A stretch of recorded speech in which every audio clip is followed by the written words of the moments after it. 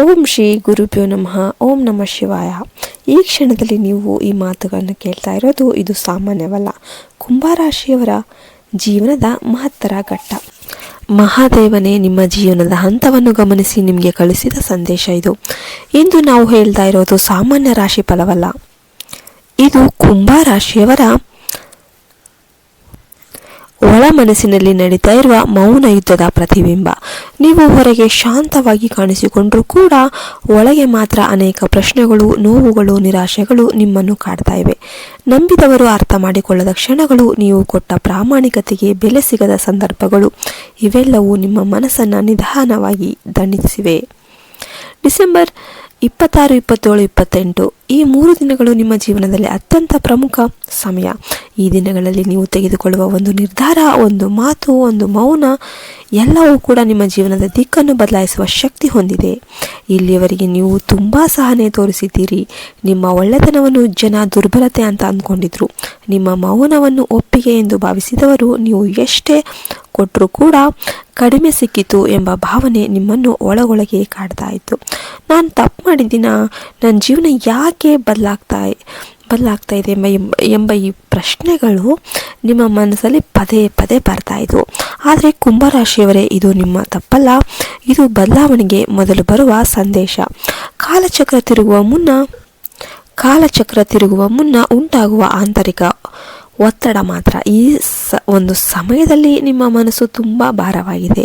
ಹೊರಗೆ ನೀವು ಬಲಿಷ್ಠನಂತೆ ಕಂಡರೂ ಕೂಡ ಒಳಗೆ ಮಾತ್ರ ಒಂಟಿತನ, ನಿರಾಸೆ ಇವೆಲ್ಲವೂ ಕೂಡ ಇದೆ. ಇನ್ನು ನೀವು ಯಾರಿಗೂ ಹೇಳಿಕೊಳ್ಳದ ನೋವುಗಳು ಮತ್ತು ನಿಮ್ಮೊಳಗೆ ಸಂಗ್ರಹವಾಗಿವೆ. ರಾತ್ರಿ ಮೌನವಾಗಿರುವಾಗ ಮಾತ್ರ ಹೊರಬರುವ ಆಲೋಚನೆಗಳು ನಿಮ್ಮ ಹೃದಯವನ್ನು ತಟ್ತಾ ಇವೆ. ಇದು ದುರ್ಬಲತೆ ಅಲ್ಲ, ಇದು ನಿಮ್ಮ ಆಳವಾದ ಭಾವನಾತ್ಮಕ ಶಕ್ತಿಯ ಗುರುತು. ಕುಂಭರಾಶಿಯವರ ಸ್ವಭಾವವೇ ಹಾಗೆ. ನೀವು ಎಲ್ಲರನ್ನೂ ಅರ್ಥ ಮಾಡಿಕೊಳ್ಳಲು ಪ್ರಯತ್ನ ಮಾಡ್ತಾ ಇರ್ತೀರ. ನಿಮ್ಮ ಅಗತ್ಯಗಳನ್ನು ಹಿಂದಕ್ಕೆ ಸರಿಸಿ ಇತರರ ನೋವಿಗೆ ಮೊದಲ ಸ್ಥಾನವನ್ನು ಕೊಡ್ತೀರಾ. ಇದೇ ನಿಮ್ಮನ್ನು ಇಲ್ಲಿಯವರೆಗೆ ದಂಡಿಸಿದೆ. ಅದರ ಕಾಲ ಬದಲಾಗ್ತಾ ಇದೆ. ನೀವು ಮೌನವಾಗಿ ತೋರಿಸಿದ ಸಹನೆ, ತ್ಯಾಗ, ಸಹಕಾರ ಎಲ್ಲವೂ ಈಗ ಶಕ್ತಿಯಾಗಿ ನಿಮ್ಮ ಕಡೆಗೆ ಮರಳುವ ಸಮಯ ಬಂದಿದೆ. ಈ 3 ದಿನಗಳಲ್ಲಿ ನಡೆಯುವ ಸಣ್ಣ ಸಣ್ಣ ಘಟನೆಗಳು ದೊಡ್ಡ ಅರ್ಥವನ್ನು ತಂದುಕೊಡುತ್ತೆ. ಪುನರಾವರ್ತನೆಗಾಗಿ ಕೇಳಿಸುವ ಮಾತುಗಳು, ಒಂದೇ ವಿಚಾರ ನಿಮ್ಮ ಮುಂದೆ ಮತ್ತೆ ಮತ್ತೆ ಬರುವುದು ನಿಮಗೆ ಯಾದೃಚ್ಛಿಕವಲ್ಲ. ಅವು ನಿಮಗೆ ದಾರಿ ತೋರಿಸುವ ಸಂಕೇತಗಳಾಗಿರುತ್ತೆ. ಈ ಸಮಯದಲ್ಲಿ ನೀವು ಭಯಪಡಬೇಕಾಗ ಅವಶ್ಯಕತೆ ಇಲ್ಲ. ಅರಿವಿನಿಂದ ನಿರ್ಧಾರ ತೆಗೆದುಕೊಂಡ್ರೆ ನಿಮ್ಮ ಜೀವನದ ದಿಕ್ಕೇ ಬದಲಾಗುತ್ತೆ. ಕೆಲವು ಸಂಬಂಧಗಳು ನಿಧಾನವಾಗಿ ದೂರ ಆಗಬಹುದು. ಅದು ಶಾಪವಲ್ಲ, ಶುದ್ಧೀಕರಣ. ನಿಮ್ಮ ಬೆಳವಣಿಗೆಗೆ ಅಡ್ಡಿಯಾಗಿದ್ದ ಬಂಧಗಳು ಸ್ವತಃ ದೂರ ಸರಿತಾ ಇವೆ. ಆ ಖಾಲಿತನವೇ ಹೊಸ ಅವಕಾಶಗಳಿಗೆ ಜಾಗ ಮಾಡುತ್ತೆ.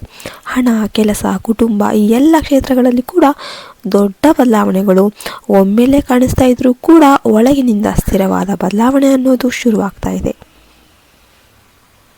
ನಿಮ್ಮ ಶ್ರಮವನ್ನು ಯಾರೂ ಗಮನಿಸದೇ ಇದ್ರೂ ಕೂಡ ಕಾಲಚಕ್ರ ಎಲ್ಲವನ್ನು ಲೆಕ್ಕ ಇಟ್ಟುಕೊಂಡಿದೆ. ನ್ಯಾಯ ತಡವಾಗಬಹುದು, ಆದರೆ ತಪ್ಪುವುದಿಲ್ಲ. ಕುಟುಂಬದಲ್ಲಿ ನಿಮ್ಮ ಮಾತಿಗೆ ಮೌಲ್ಯ ಹೆಚ್ಚಾಗುವ ಸಮಯ ಬರ್ತಾ ಇದೆ. ನೀವು ಮೌನವಾಗಿ ಹೊತ್ತ ಒಂದು ಜವಾಬ್ದಾರಿಗಳು ಈಗ ಗುರುತಿಸಿಕೊಳ್ಳಲ್ಪಡ್ತಾ ಇವೆ. ಆದರೆ ನೀವು ಮಾತನ್ನು ಸ್ಪಷ್ಟವಾಗಿ ಹೇಳಿಕೊಳ್ಳಬೇಕು. ಮೌನವೇ ಪರಿಹಾರ ಎಂಬ ಭಾವನೆ ಇನ್ನು ಬಿಡಬೇಕು. ಸತ್ಯ ಹೇಳುವುದು ಮೊದಲಿಗೆ ಕಷ್ಟವಾದರೂ ಕೂಡ ಕೊನೆಯಲ್ಲಿ ಶಾಂತಿಯನ್ನು ಕೊಡುತ್ತೆ. ಈ ಸಮಯದಲ್ಲಿ ನಿಮ್ಮ ಮನಸ್ಸು ಆಧ್ಯಾತ್ಮಿಕತೆ ಕಡೆಗೆ ಸೆಳೆಯುತ್ತೆ. ಇದು ಓಡಿ ಹೋಗೋದು ಅಲ್ಲ, ನಿಮ್ಮೊಳಗೆ ಹೋಗುವ ಪ್ರಯಾಣ. ದೇವರ ಮೇಲಿನ ನಂಬಿಕೆ, ವಿಧಿ ಕರ್ಮಗಳ ಬಗ್ಗೆ ಚಿಂತನೆಗಳು ನಿಮ್ಮ ಮನಸ್ಸಿಗೆ ಶಾಂತಿ ನೀಡುತ್ತೆ. ಈ ಶಾಂತಿಯೇ ಮುಂದಿನ ಬದಲಾವಣೆಗಳಿಗೆ ನಿಮಗೆ ಬಲವನ್ನು ನೀಡುತ್ತೆ. ಈ 3 ದಿನಗಳಲ್ಲಿ ಒಂದು ಮಹತ್ವದ ನಿರ್ಧಾರ ನಿಮ್ಮ ಮುಂದೆ ನಿಂತಿರುತ್ತೆ. ಸಂಬಂಧ ಆಗಿರ್ಬೋದು, ಕೆಲಸ ಆಗಿರ್ಬೋದು, ಅಥವಾ ನಿಮ್ಮ ಜೀವನದ ದಿಕ್ಕು ಸಂಬಂಧಿಸಿದ ನಿರ್ಧಾರ ಆಗಿರ್ಬೋದು. ನಿಮ್ಮ ಅಂತರಾತ್ಮ ನೀಡುವ ಸೂಚನೆಗಳನ್ನು ಕಡೆಗಣಿಸಬೇಡಿ. ಭಯ ನಿಮ್ಮನ್ನು ಹಿಂದಕ್ಕೆ ಎಳೆಯಬಹುದು, ಆದರೆ ಅಂತರಂಗದ ಧ್ವನಿ ನಿಮ್ಮನ್ನು ಮುಂದೆ ನಡೆಸುತ್ತೆ. ಅದನ್ನು ಕೇಳಿದರೆ ನೀವು ತಪ್ಪು ದಾರಿಗೆ ಹೋಗುವುದಿಲ್ಲ. ಇಲ್ಲಿಯವರೆಗೆ ನೀವು ನಿಮ್ಮ ಶಕ್ತಿಯನ್ನು ಸಂಪೂರ್ಣವಾಗಿ ಗುರುತಿಸಿಕೊಳ್ಳಿಲ್ಲ. ಇತರರಿಗಾಗಿ ನಿಮ್ಮ ಸಾಮರ್ಥ್ಯವನ್ನು ಕಡಿಮೆ ಮಾಡಿಕೊಂಡು ಬದುಕಿದ್ದೀರಿ. ಆದರೆ ಆ ಹಂತ ಈಗ ಮುಗಿತಾ ಇದೆ. ನೀವು ಅನುಭವಿಸಿದ ಪ್ರತಿಯೊಂದು ಅವಮಾನ, ಪ್ರತಿಯೊಂದು ವಿಫಲತೆ ನಿಮ್ಮನ್ನು ಒಳಗಿನಿಂದ ಬಲಿಷ್ಠನಾಗಿ ಮಾಡಿದೆ.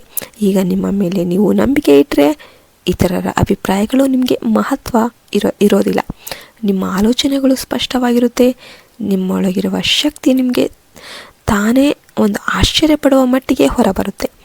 ಕಳೆದ ಒಂದು ತಪ್ಪುಗಳು ಈಗ ಪಾಠಗಳಾಗಿ ನಿಮ್ಮನ್ನು ಮಾರ್ಗದರ್ಶನವನ್ನು ಮಾಡುತ್ತೆ. ಈ ಬಾರಿ ನೀವು ಭಾವನೆಗಳಿಂದ ಅಲ್ಲ, ಅನುಭವದಿಂದ ನಿರ್ಧಾರವನ್ನು ತೆಗೆದುಕೊಳ್ತೀರಾ.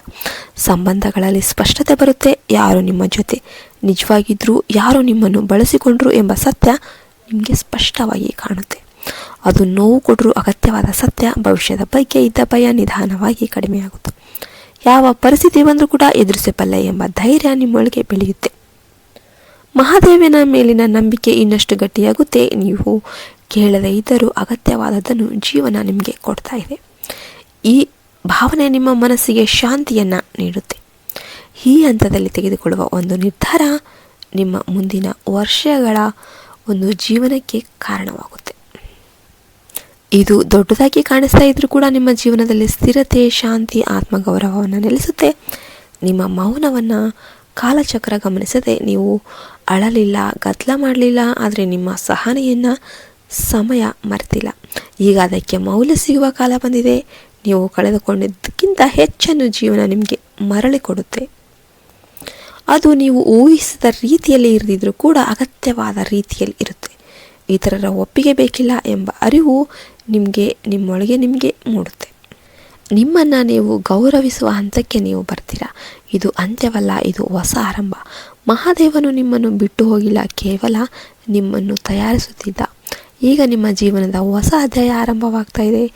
ಶಾಂತಿಯೊಂದಿಗೆ, ಸ್ಥಿರತೆಯೊಂದಿಗೆ ನೀವು ನಂಬಿಕೆಯಿಂದ ಮುಂದಕ್ಕೆ ಹೆಜ್ಜೆ ಇಟ್ಟರೆ ದಾರಿ ತಾನೇ ತೆರೆಯುತ್ತೆ. ಈ ವಿಡಿಯೋ ಇಷ್ಟ ಆಯಿತು ಅಂತ ನಾನು ಭಾವಿಸ್ತೇನೆ. ಇಷ್ಟ ಆದರೆ ಲೈಕ್ ಮಾಡಿ, ಶೇರ್ ಮಾಡಿ, ಸಬ್ಸ್ಕ್ರೈಬ್ ಮಾಡಿ. ಮತ್ತೆ ಇನ್ನೊಂದು ವಿಡಿಯೋದಲ್ಲಿ ಸಿಗೋಣ ಅಂತ ಹೇಳಿ ನಾನು ಈ ವಿಡಿಯೋವನ್ನು ಮುಗಿಸ್ತಾ ಇದ್ದೇನೆ. ಜೈ ಹಿಂದ್, ಜೈ ಭಾರತ್ ಮಾತೆ. ಹರಿ ಓಂ ತತ್ಸತ್. ಸರ್ವೇ ಜನೋ ಸುಖಿನೋ ಭವಂತು.